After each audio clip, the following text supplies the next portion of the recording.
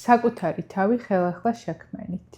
გამარჯობა, დღეს განვაგრძობთ რობერტ გრინის ძალაუფლების 58 კანონის განხილვას 25 კანონით. კანონის ფორმულირება. არ დათანხმდეთ იმ როლებს, რომლებსაც საზოგადოება თავს გახვევთ. გარდაიქმენით, შექმენით ახალი პიროვნება, რომელიც ყურადღებას იპყრობს და არასოდეს აბეზრებს თავს აუდიტორიას.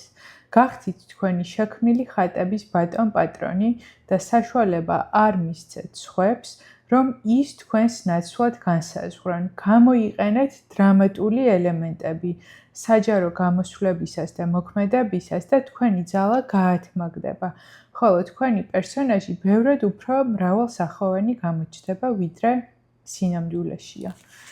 ეს თავი არის იმ სუპერ ძალაზე, რომელიც გააჩნია ყველა ადამიანს, ეს არის მეტამორფოზა და ტრანსფორმაცია. ისეთი სიხშირით და იმდენჯერ, რამდენადაც შეიძლება ეს ავიტანოთ და მოვახერხოთ. და მართლაც რომ არავის არ მიცეთ უფლება, რომ თქვენი იდენტობა იყოს მიმაგრებული თქვენს წარსულთან ან ცხოვრების რომელიმე პერიოდთან, თუ თქვენ ეს პერიოდი არ მოგწონთ, ან თვლით, რომ აღარ ხართ ის ადამიანი, ვიზაც არის საუბარი, რადგან თქვენ არ ხართ თქვენი წარსული, თქვენ ხართ თქვენი აწმყო. და ზოგადადაც ვიტყვი, რომ რაც უფრო ნაკლებად გამოვხატავთ ჩვენ თავს, რაც უფრო ნაკლებად აღვწერთ ჩვენ თავს და ეს აღწერა არ ნიშნავს, რომ დავჯდე და მე ესეთი ვარ და ესეთი ვარ ვისაუბრებ, მაგრამ პირდაპირი და არაპირდაპირი გზების გამოყენებით სხვადასხვა კომუნიკაციის წყაროს, ესე ვთქვათ, დახვეწით და საკუთარ თავზე მორგებით, ჩვენ შეგვიძლია, რომ სხვების განსჯისთვის ნაკლები სივრცე დავტოვოთ და აღვიქვან ისეთებად, როგორებათაც გვინდა აღვიქვან და ეს არ ნიშნავს, რომ მაინც და მაინც ისეთაც უნდა აღვიქვან, როგორებიც ვართ.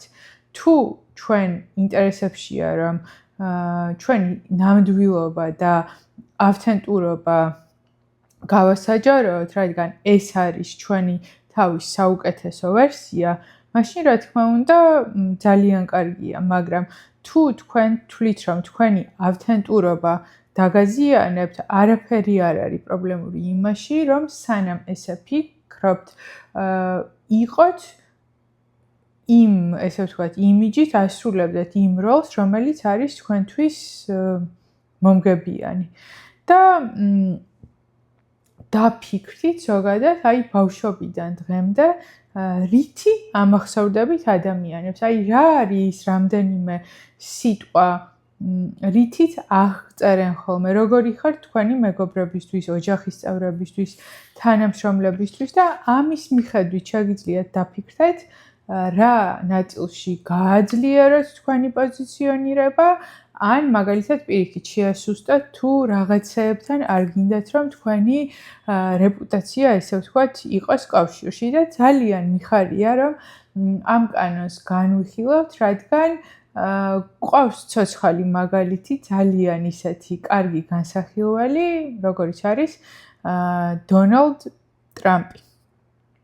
და კანონის დაცვაზე ავტორი გვეუბნება, რომ იულიუს კეისარმა შესამჩნევი კვალი რომის საზოგადოებაზე პირველად დატოვა ძველ წელთაღრიცხვით 65 წელს, როდესაც ედილი იყო. მას ევალებოდა ხორბლის დარიგება და საზოგადოებრივი თამაშების მოწყობა. მან დაიწყო გულდასმით მომზადებული წარმოდგენებით, გარეულ ცხოველებზე ნადირობა, გლადიატორთა მდიდრული ბრძოლები. მალე უბრალო ხალხი მის სახელს აიგივებდა ამ ფერადოვან და მათთვის საყვარელ გართობასთან. ხალხში პოპულარობა ჩინებული საძირკველი იყო ძალაუფლებისთვის, თანამედროვე ენით რომ ვთქვათ, დიადი შოუმენის იმიჯი შეიქმნა და ნუ მერე უკვე მისი პოლიტიკური, ესე ვთქვათ, კარიერა გაიზარდა იმის ხარჯზე, რომ ხალხში პოპულარული იყო და პლუს პოპულარული იყო არა იმიტომ, რომ ის ასოცირდებოდა აგრესიასთან ან რაიმე დამთრგუნველთან, პირიქით, გართობასთან, კარგი დროის ტარებასთან, ხორბლის დარიგებასთან, ანუ იმ რაღაცეებთან, რაც ადამიანებს ახარებდა. ეგ არ ნიშნავს, რომ შემდეგ მისი კარიერის მანძილზე სულ ახარებდა ადამიანებს, უბრალოდ ესე ვთქვათ, პირველი დიდი შთაბეჭდილება ზუსტად ამით შექმნა. და ტრამპი რომ შოუმენია და ყოველთვის იყო და ძალიან კარგი სეილზმენია და ასე შემდეგ და ასე შემდეგ, ეგ ვიცით. უბრალოდ მე გამახსენდა ესეთი ესე ვთქვათ, ახალი ამბავი. მასთან დაკავშირებით და პარალელი გავავლე იულიუს კეისართან. იულიუს კეისარი მას შემდეგ, რაც გახდა კეისარი, კიდევ უფრო, ესე ვთქვათ, ზვირადღირებულ და მდიდრულ თამაშებს აწყობდა და საერთოდ გლადიატორების ბრძოლებში უკვე სიკვდილამდე ორთაბრძოლები შემოიყო და ხალხს ძალიან ართობდა და ხალხს ძალიან უყვარდა და მოწონდა მაგის გამო. და რაღაც კლეოპატრა ჩაიყვანა რომში და არ იცოდა ხალხი რითი მოეხიბოდა. ვინც UFC-ს უყურებთ, მე ნახულობ ქართველი მებრძოლების, ესე ვთქვათ, ორთაბრძოლებს და მაქედან ვიცი UFC.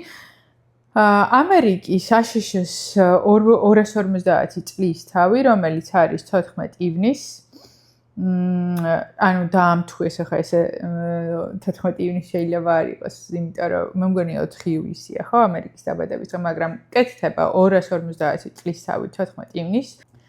და რაქნა ამ დროს დონალდ ტრამპმა, ხო? მსგავსი რამ, ოღონდ თანამედროვე სამყაროში და მართლაც როგორ მეორდება ციკლურად ყველაფერი და ადამიანები არ იცვლებიან არც მართველები და არც ესე ვთქვათ ხალხი, ვინც მათ ირჩევს, რომ დონალდ ტრამპმა UFC-ს მთავარი, ესე ვთქვათ, ივენთი დაამთხვია ამერიკის 250 წლის იუბილეს და თავის დაბადების დღეს, რაც არის 14 ივნისი, ის იხდის თავისი 80 წლის იუბილე დაბადების დღეს და ამერიკის დაბადების დღეს ერთად და აქ იქნება ყველაზე მასშტაბური UFC-ს, ესე ვთქვათ, ბრძოლები, რაც კი ყოფილა, გაიმართება თეთრ სახლში, მსგავსი, ესე ვთქვათ, შემთხვევა, რა თქმა უნდა, თეთრი სახლის ისტორიაში არ ყოფილა და იმეორებს იმას, რაც გააკეთა კეისარმა და აკეთებდა ძველ წელთაღრიცხვამდე, კი არა, ძველი წელთაღრიცხვის დროს უკაცრავად, დღეს 21 საუკუნეში და უბრალოდ რა არის? უბრალოდ არის წესებში ცვლილება, არ შეიძლება რომ ეხა სასიკვდილო ფინალი დადგეს, უბრალოდ ეს არ არის მიზანი, მაგრამ ვიღაცა შეიძლება დაუდგეს, არ ვიცით როგორი შეიძლება ესე ვთქვათ, მატრამვირებელი იყოს დარტყმა, მაგრამ ფაქტობრივად ლეგალურად გლადიატორების შებრძოლებას აწყობს ამერიკის კოლიზეუმში, თეთრ სახლში. და ამის რუგლივარი მთელ მსოფლიოში აჟიოტაჟი ვინ მოხვდება, ვინ არ მოხვდება და რაღაცა მოკლედ ესეთი ის არის და დიდი ეჭვი გამისცადა საერთოდ დონალდ ტრამპს ძალიან შეიძლება უყვარდეს კეისარი და თავს აიგივებდეს მასთან და ესეთი სიტყვები ეს ყველა მიცით ხო ალბათ ნიშნის მაგალითად არ მithმობს, მაგრამ რაღაცა პოპულარულია რომ ბრუტუსმა როდესაც კეისარი, ესე ვთქვათ, სასიკვდილოდ გაიმეტა, იქაც ძალიან დრამატული იყო კეისარი და შენს ბრუტუს, შენ შვილო ჩემო, ესეთი რაღაც კითხა და რო გაიხსენოთ, იქაც კი თეატრალურ, ესე ვთქვათ, იმაში როლში და პერფორმანსში ტრამპს რომ ესროლეს, ყური გაეკაწრა, მიხვდა რომ არ გარდაიცვალა, მაგრამ ბოლომდე ვერ მიხვდა სადაც და როგორ დაიჭრა და რა ხდებოდა და ეს რაღაცა ხელის აწევა რომ უნდა ვიბრძოლოთ და ფაით და დრამა და ფაქტობრივად ამან მოაგებინა არჩევნები. ყოველ შემთხვევაში მნიშვნელოვანი როლი ითამაშა იმაში, რომ ვინც იყვნენ შუაშისტები, მისგან გადახრილიყვნენ. ავტორი გვეუბნება, შესაძლოა სწორედ იულიუს კეისარი იყო ის პირველი საზოგადო მოღვაწე, რომელიც მიხვდა თეატრსა და ძალაუფლებას შორის არსებულ სასიცოცხლო კავშირს. და მე ვიტყოდი თეატრსა შეიძლება თეატრმა დაკარგა ხა ეგეთი მნიშვნელობა, მაგრამ თეატრალურობამ და მსახიობის, ესე ვთქვათ, მსახიობის ნიჭმა, მსახიობურმა გამოსვლებმა ნამდვილად არ დაკარგა აქტუალობა და აქვე კიდევ ჩანაწერია, რომ უნდა ეცადოთ იყოთ ავან სცენაზე, მართოთ ყურადღება და არასოდეს გადახვიდოთ უკანა პლანზე. და ისევ ტრამპის ერთ-ერთი ესე ვთქვათ ვიდეო გამახსენდა, სადაც სურათი უნდა გადაეღოთ მსოფლიო ლიდერებს, თუ არ ვცდები G7-ის შეხვედრა იყო და რაღაცა უკანა პლანზე მოუწია თითქოს, აი ძალიან უხეშად გაწია ადამიანები და დადგა აი წინ, რომ ჩანდეს აქ ვინ არის ლიდერი, ვინ არის მთავარი, ვინ არის შუაში და არანაირი მორიდება და ტაქტი მან არ გამოუჩენია, მოკლედ. ძალაუფლების გასაღები.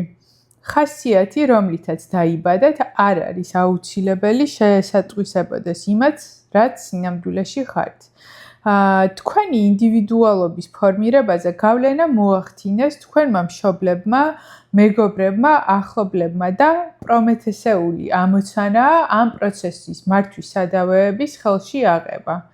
გარშემო მყოფებს არ დაუთმოთ უფლება განსაზღვრონ და გამოგძერწონ ისეთებად, როგორებადაც თვითონ უნდათ რომ იყვნენ. გარდა იქმენით ძლიერ პერსონად, ისე გამოძერწეთ საკუთარი თავი, თითქოს თიხას ძერწავდეთ. ეს შესაძლოა ერთ-ერთი ყველაზე გრანდიოზული და სასიამოვნო ცხოვრებისეული ამოცანა აღმოჩნდეს და კიდევ ერთხელ გავიმეორებ, როგორც ვიდეოს დასაწყისში თქვი, თქვენ არ ხართ წარსულის დაჯერებები და წარსულის პროგრამები, ყოველ შემთხვევაში იმ დოზით, რა დოზითაც არ ეთანხმებით და არ მოგწონთ და თვლით, რომ ეს თქვენთვის არის ხელის შემშლელი.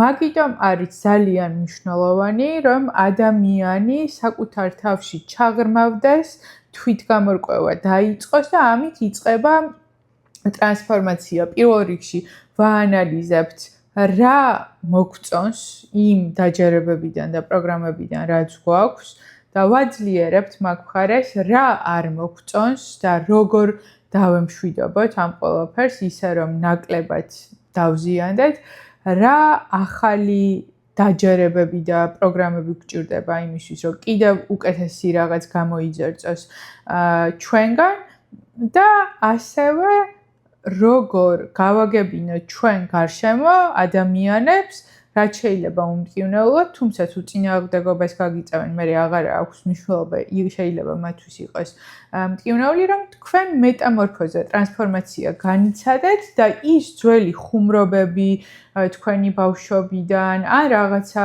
ისტორიების გახსენებები აღარ არის, ესე ვთქვათ, თქვენი ნაწილი, თქვენი იდენტობის ნაწილი და რომ პატივიცან თქვენს პირად საზღვრებს და მოერგონ თქვენ ახალ იდენტობას, ახალს იმ თვალსაზრისით, რომ თქვენ მიერ შექმნილს და არა მათ მიერ შექმნილს და ნამდვილად ყველა ადამიანს აქვს უფლება, რომ საკუთარი თავი თვითონ გამოაქანდაკოს და თვითონ შექმნას. და აქ კიდევ ერთი რჩევა არის ავტორისგან, რომ რაც შეიძლება ნაკლებად იკითხებოდეს ჩვენს სახეზე, ჟესტიკულაციაზე, ხმაზე, ჩვენი ფიქრები, განცდები და ემოციები. იმიტომ რომ ასეთი ადამიანების გულწრფელობა დამღლელი და აუტანელია და მათი სერიოზულად აღქმაც მეტისმეტად რთულია. ისინი, ვინც ტირიან და ყვირიან, ზოგჯერ თანაგრძნობას იწვევენ, მაგრამ ადრე თუ გვიან თანაგრძნობას ცვლის გაღიზიანება და ზიზღი მათი საკუთარ თავზე ჩაციკულობის გამო.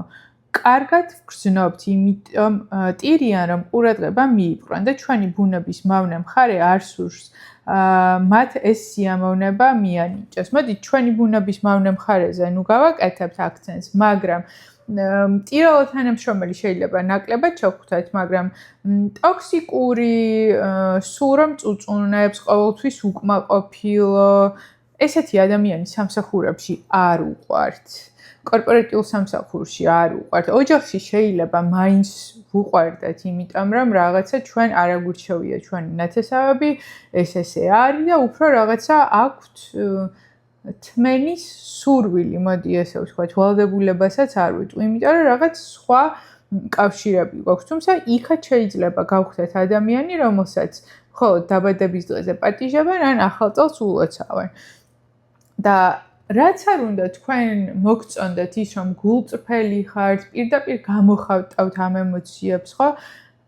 არ უყვარს არავის ამ ჭარბი ემოციების მიღება და მოწმეთ ყოფნა, იმიტომ რომ ცხოვრება ყოველთვის ასე იყო, ეხლა არ გართულებულა. ყველა პერიოდს, ყველა საუკუნეს თავის გამოწვევა ჰქონდა და შეიძლება ითქვას, რომ ცხოვრება არის ისედაც გამოწვევებით სავსე და აღარ უნდა ადამიანს თავის გამოწვევებს კიდე დაუმატოს თქვენი გამოწვევების სულ. მე არ გულისხმობ, რომ მეგობარი მეგობარს არ უნდა დაელაპარაკოს და გული არ უნდა გადაუშალოს, მაგრამ განსაკუთრებით სამსახურში თავი შეიკავეთ. აი ხალხიათ poker face. აი რაღაცა ეგეთი იყავით ნეიტრალური და დაბალანსებული, რომ არ აშინებდეთ თქვენი იყოფნა, თქვენთან ურთიერთობა და არ იყოს, რომ აუ ეს კიდე ახლა მოდის რაღაცა საწუწუნოთ ესეთი დამოკიდებულება თქვენ მიმართ.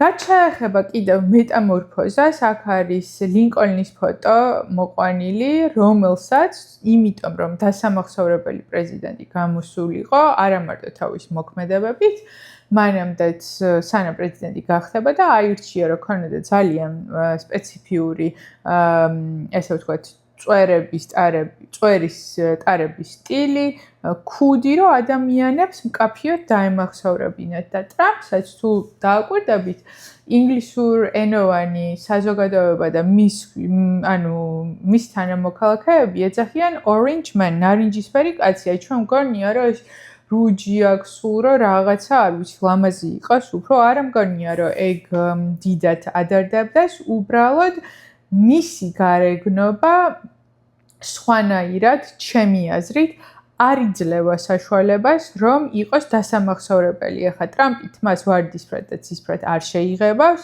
ტანსაცმელშიც არ არის მისი სტილი ზედმეტი ინდივიდუალიზმი, ამიტომ ყველაზე ესე ვთქვათ, უმტკივნეულო რაც შეიძლება რომ იყოს, იმის სპრეით იკეთებს ნარინჯისფერ, ესე ვთქვათ, სახეს და ნამდვილად შეიძლება ეს არ იყოს, რომ ვა, რა მაგარი გადაწყვეტა, მაგრამ ეგ ფერი ასოცირდება მაგ ადამიანთან და ნუ ზედმეტსახელი თქვენ შეგიძლიათ ნახოთ, რომ ნამდვილად აქვს orange man.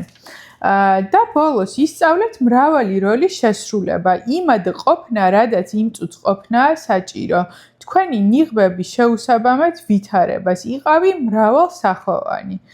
აქ გვაქვს ქართული ძალიან მშვენიერი გამონათქვამი, სადაც წახვალ იქაური ქუდი დაიხურეო და ნუ ამის ვარიაციები. მე ესა გეტყოდით, რომ იმ ადამიანებისთვის, ვინც ცხოვრობენ თავის ღირებულებებით, საკმარისია, რომ თავის ძირითადი ღირებულებები დაიტოვონ 1-2 და დანარჩენი ათამაშონ ხოლმე. ეს არც ბოროტებას ნიშნავს, არც ეშმაკობას ნიშნავს, უბრალოდ არ შეიძლება, რომ მაგალითად მე ვარ კორპორატიული იურისტი და ყველა სივრცეში ვიყო კორპორატიული იურისტი, მქონდეს იგივე, ესე ვთქვათ, კომუნიკაციის სტილი, ჩაცმა, თემები სასაუბრო, უბრალოდ მოსაწყენი ვიქნები, მაგრამ მე თუ ვამბობ, რომ ჩემი ორი ძირითადი ღირებულება არის ეს და რომელ სივრცეშიც არ უნდა შევიდე და რომელ ქვეყანაშიც არ უნდა წავიდე, სულ იქნება ეს, მერე შეგიძლიათ, რომ ეს ყველაფერი გაამრავალფეროვნოთ და ცვალოთ სიტუაციის მიხედვით. მაგალითად, მე რომ მქონდეს YouTube-ის არხი, რომელიც იქნებოდა ესპანურ ენოვანი პანამის საზოგადოებისთვის, არ ჩავწერდი ამ თემებზე, იმიტომ რომ ძალაუფლების 58 კანონზე რომ დამეწყო საუბარი, აბსოლუტური უმრავლესობა არ დაინტერესდებოდა ამით და არ მოუნდებოდა, იმიტომ რომ სიტყვა ძალაუფლება მათთვის რაღაცა დაძაბული სიტყვა არის პლუს არ აინტერესებთ კარიერული წინსვლა, ერთეულებზე არ ვსაუბრობ და რაღაცა მცირესობებზე რა, მასას გულისხმობ. და რა თქმა უნდა, ეს არ ნიშნავს, რომ მე რაღაცა ვატყუებ მათთან, ცუდი ადამიანი ვარ, ანუ გამოვნახავდი ისეთ თემას, რომელიც ასევე მაინტერესებს, რაც არის ნელი ცხოვრების წესი, დღევანდელი დღის დაწყობა, პატარა რაღაცაებით მადლიერება და ამით დავაინტერესებდი. გქონდეთ ადაპტაციის უნარი, მაგრამ შეინარჩუნეთ თქვენი, როგორც იტყვიან, core მთავარი ღირებულებები და დანარჩენი გააფერადეთ ხოლმე იმის მიხედვით, თუ როგორ დაგჭირდებათ ცხოვრებაში. საპირისპირო მოსაზრება. ამ უმნიშვნელოვანესი კანონისთვის, რომელიც არის საკუთარი თავი ხელახლა შექმენით, ანუ რამდენი მეტამორფოზაც გინდათ და შეგიძლიათ გაიარეთ, არ არსებობს საპირისპირო მოსაზრება. აქედან გამომდინარე, შეგიძლიათ თამამად ყოველთვის, როცა მიხვდებით, რომ მზად ხართ, გაიაროთ მეტამორფოზა ისე, რომ არ შეგეშინდეთ სხვა ადამიანების აზრის თქვენს თავზე.